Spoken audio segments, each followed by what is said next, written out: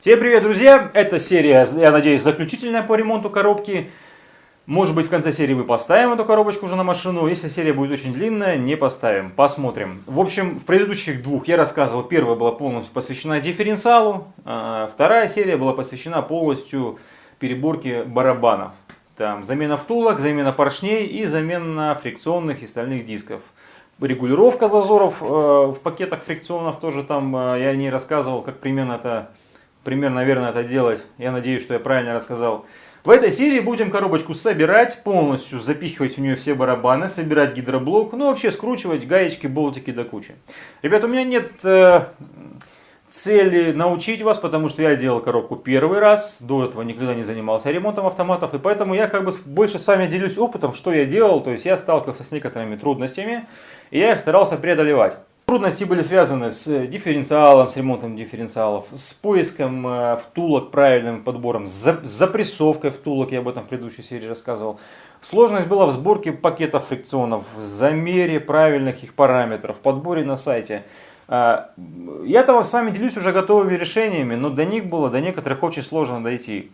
Некоторые люди с трудом делятся информацией, те, кто знают. Многие не знают. Субаровские коробки вообще здесь вот на юге я ни разу не встречал человека, который бы говорил: да, я их ремонтирую, я тебе сейчас все расскажу. Некоторые мне вообще говорили, что ой, это сложная коробка, мы их не делаем. Но почему сложная, я не знаю, такая же, как все, только дифференциал здесь стоит. Сейчас буду показывать примерно, как я там что собирал, барабаны. И про гидроблок тоже кое-что порассказываю, примерно там в деталях. Приятного просмотра!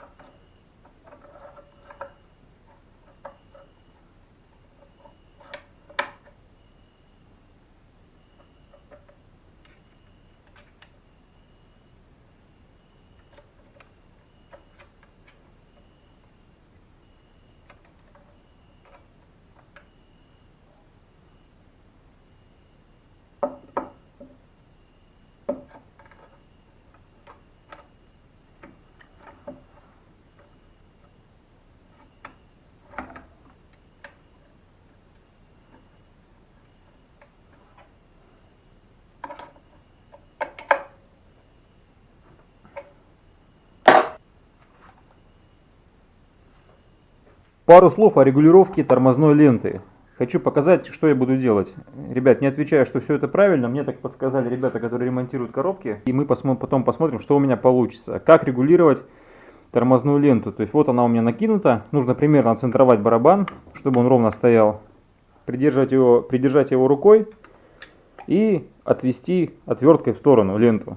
То есть здесь должно быть примерно, мне сказали, 3 мм. Вот я отвертку засунул, да, сделал небольшой натяг, примерно себе зафиксировал, где-то она у меня зашла, и меряю штангенциркулем толщину в этом месте. У меня получается примерно 4-4,5 мм. Я так и оставлю. Поставлю новую ленту, покатаюсь, посмотрю, если у меня будет там коробка подпинывать, тогда буду потихоньку подтягивать ее. А смысл какой ленты, что мы верхним болтом, который выходит на улицу, регулируем преднатяг ленты, а снизу у нас получается вот шток, и он давится, здесь специальный такой большой поршень. Да, я понимаю так, что когда нужно затормозить барабан, шток выходит, натягивает ленту, и он у нас останавливается.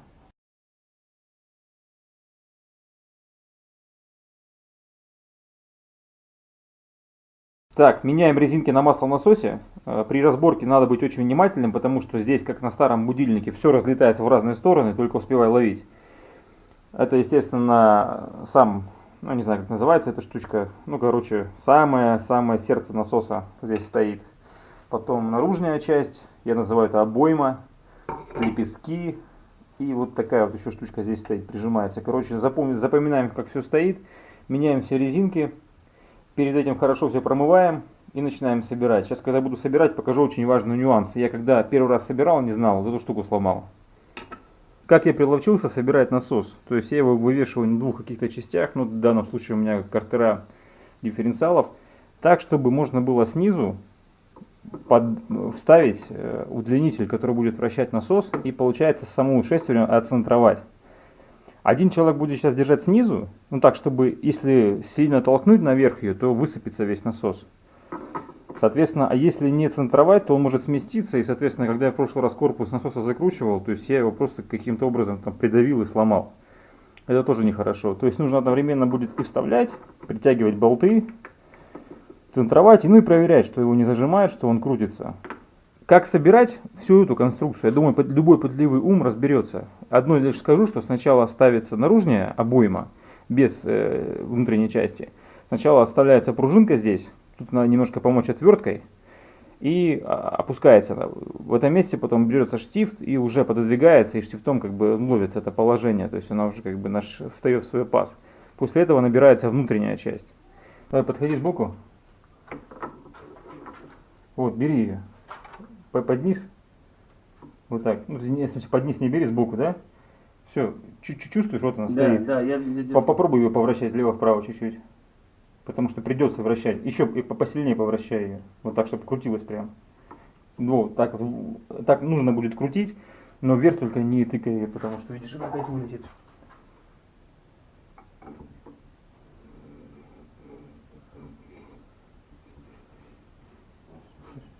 Идем.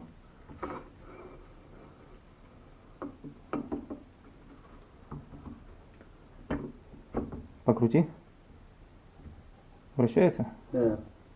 Вращается? Да. Ну-ка, отпусти-ка. Так, держи. Держи. Сейчас я притяну ее чуть-чуть.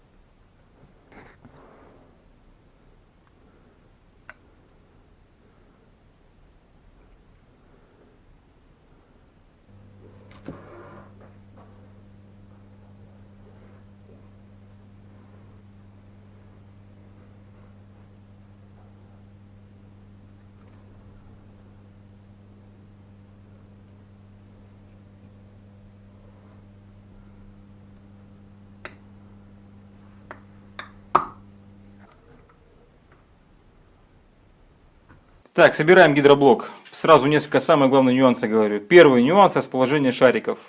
Смотрите, я показываю один раз. Я надеюсь, я сам ничего не перепутал, конечно. Шарик номер 1, 2 3, 4, 5, 6, 7, 8, 9.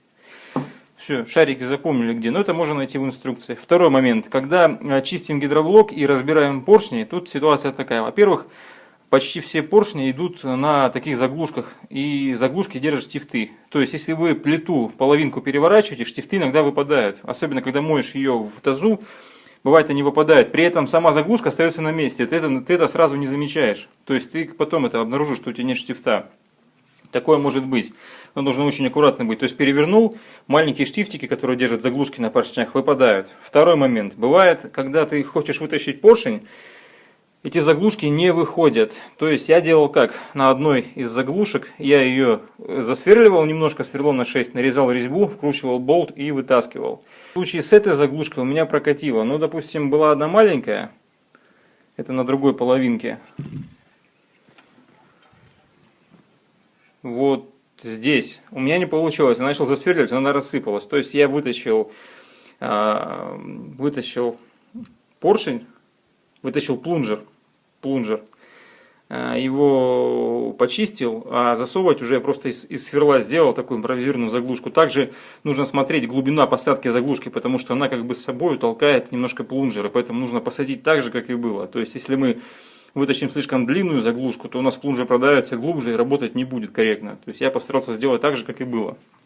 Вот такие очень важные нюансы. Также здесь у меня, я вот смотрю, что, возможно, я эту заглушку просверлил глубже, чем надо.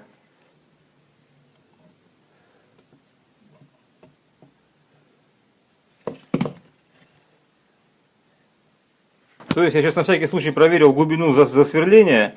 До половины толщины заглушки я просверлился, то есть не насквозь. На всякий случай, потому что вдруг, когда там в камере создается давление, здесь будет оно идти потеря давления, чтобы у меня не было там какой-то нештатная работа. Нет, работает все нормально. То есть вот самый главный момент. Чтобы достать плунжер, нужно вытащить заглушку. А вытащить заглушку порой только вот таким образом. По-другому у меня не получилось. Важный момент, что ни в коем случае нельзя бить молоточком. На другом гидроблоке, на первом, я потихоньку начал подбивать здесь. Ну, думал, сейчас пружинкой он его вытолкнет. В итоге сплющил эту стенку. И в итоге, надо после таких вещей нужно блок сам отфрезеровывать. Я просто взял от другой коробки. То есть, момент такой, что мы разобрали каждый плунжерочек по отдельности, я доставал, карп-клинером все продувал, все прочистил, все собрал. Отлично. Разложили шарики, теперь начинаем собирать. Да, гидроблок тоже бы хотелось бы остановиться. То есть, есть такая ситуация, я с ремонтниками общался, он говорит, гидроблок это самое важное в коробке. Да, барабаны могут быть идеальны, все идеально. Но гидроблок, если он не работает как надо, вся коробка не работает. Суть в том, что, говорит, может на холодную все плунжера все работать, а на горячую какой-то может заедать. И это реально проблема.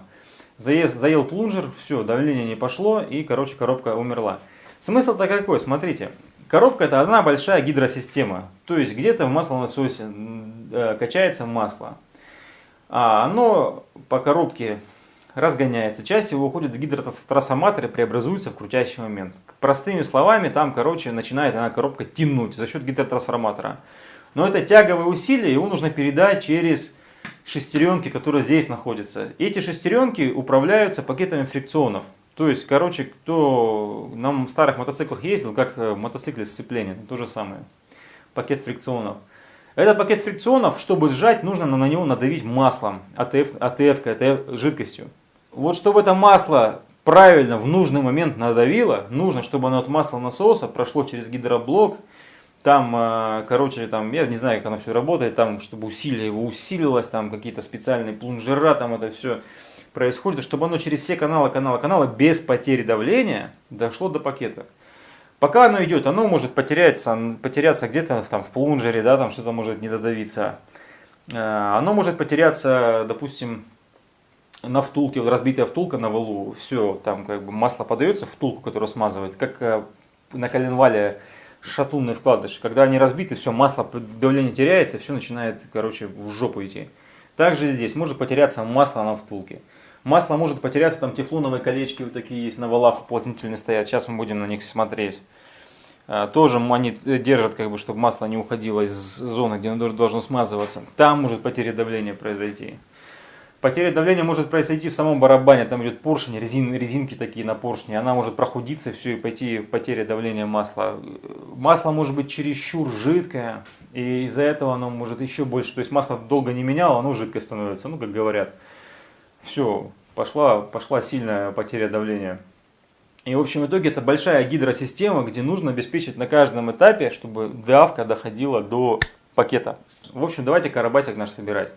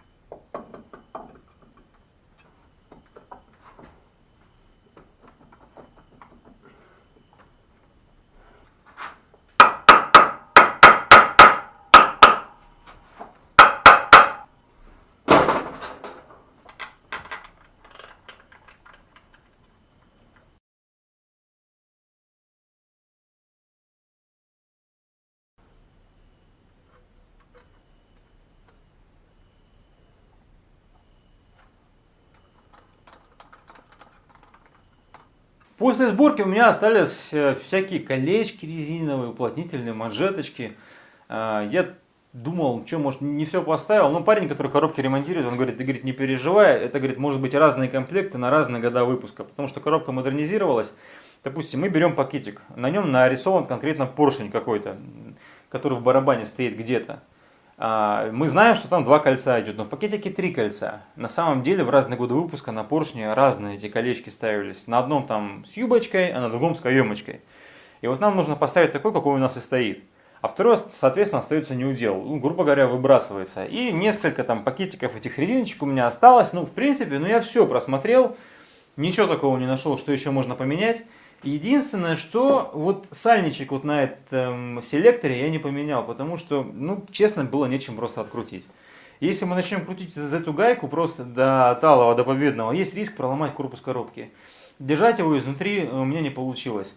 Даже если его держишь изнутри, там такой специальный стоит шплин типа того, который надо тоже расплинтовать, чтобы вытащить этот валик. Геморрой. Я так помню, что вроде у меня он не тек. Если он у меня потечет, я сделаю следующее. Я эту гайку отсюда срежу, прям на яме, прям на машине там это можно будет сделать. Гаечку болгаркой срежу, вытащу вот этот флажок.